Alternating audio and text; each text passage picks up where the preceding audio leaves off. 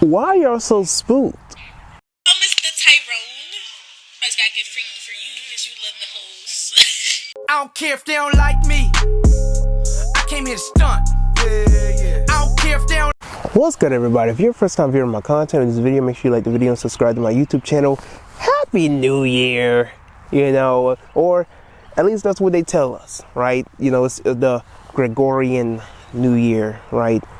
But I have a podcast episode that is out and available concerning the basis of that particular tradition of the New Year's, all right? So be sure that you check that out. In other news, we have a Israelite here. Basically, he's downplaying the days of the week, and what we're going to do is that we are going to utilize this little short reel to display a level of information that is both fundamental and also easy to understand. All right, let's get into it. The Heavenly Father never named the days of the week these stupid names like Sunday, Monday, Tuesday, Wednesday. Those are false gods. Sunday, they declared that day after a false god named Nimrod. That's for Babylon. He told everybody he was the sun god, so his day was Sunday. His mom, also known as Semiramis, also known as Ishtar, also known as Easter, right? You hear that's why they celebrate Easter, a false god. She told people she came from the moon on the net. So they used to sacrifice children to her and dip an egg in the children's blood. So when people are doing Easter and painting over Easter's eggs, it's in remembrance to this false, filthy god, a female. So her day was Moon Day, right? Which is Monday. Tuesday is from Tyre's Day, a false god, right? Then you have Wednesday, Woden's Day, false god. Thursday, Thor's Day, false god. Friday, Freya's Day, false god. And Saturday is Saturn's Day, another false god. Well, let's thoroughly break this down, shall we?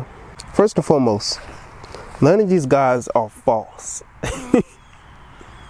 Because none of these guys are real. Nobody in this world says anything concerning the basis of these guys on whether or not they are real. And if you take the Bible literally, you will come to such conclusions as this. Now, whether it's Ishtar, Thor, Tyre, Freya, you know, Heracles, Hermes, Apollo, Zeus, Hera, Athena, Osiris, Isis, Haru. I can go on, right? Many different mythologies, many different gods and goddesses. All of these gods and goddesses are just personifications of nature. The reason why Nimrod is the sun god is because he's the representation of the sun energy, or the sun alone. Ishtar representing the energy from the moon, or representing the moon. You know, Tuesday being the day of Mars typically represents Hermes, right? Wednesday representing Mercury. Thursday representing Thor, the god of lightning, right? It could be Thor, it could be Shango, so on and so forth. Friday, the day of Venus, Freya. It could be Ishtar.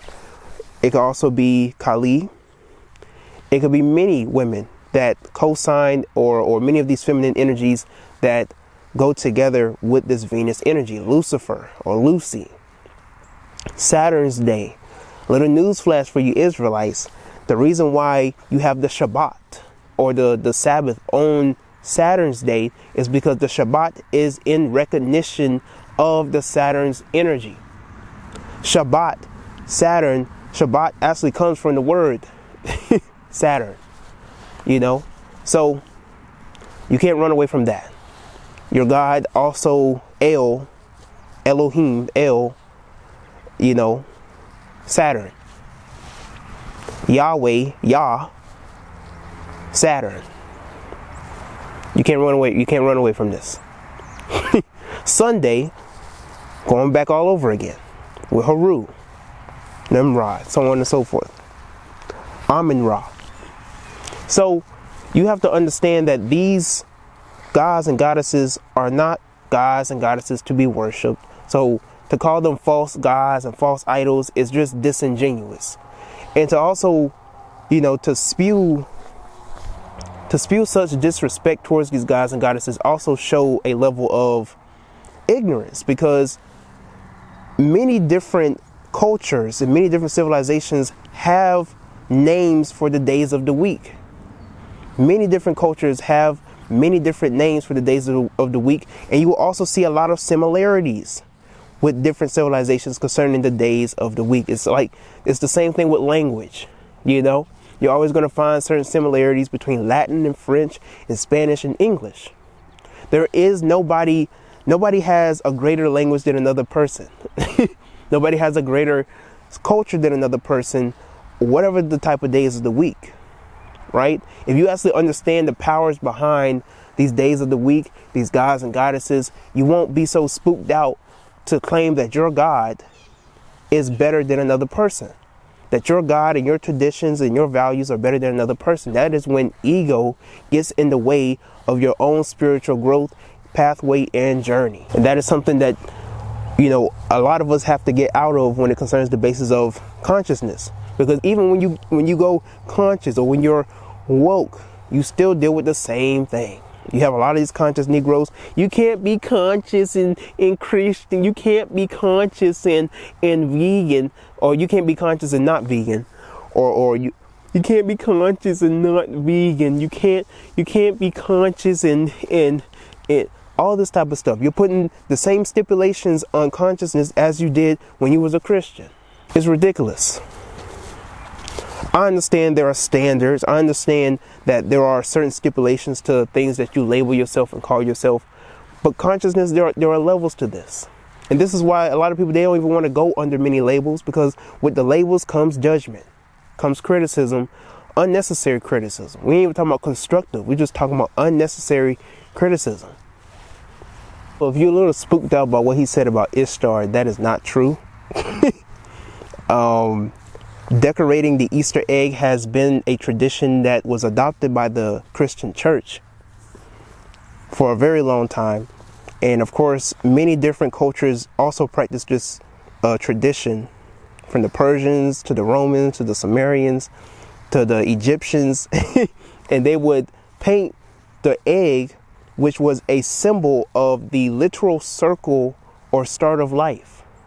It's arguable that, even the formation of planets, including the Earth, is not circular all the way, but it's actually in an egg form.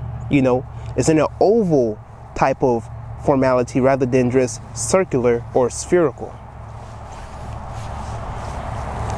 So they would decorate the egg to basically give homage to the mother goddess who was returning to Earth, and the spring equinox was considered the new year for a lot of civilizations. So again, please don't get spooked out by Negroes like this.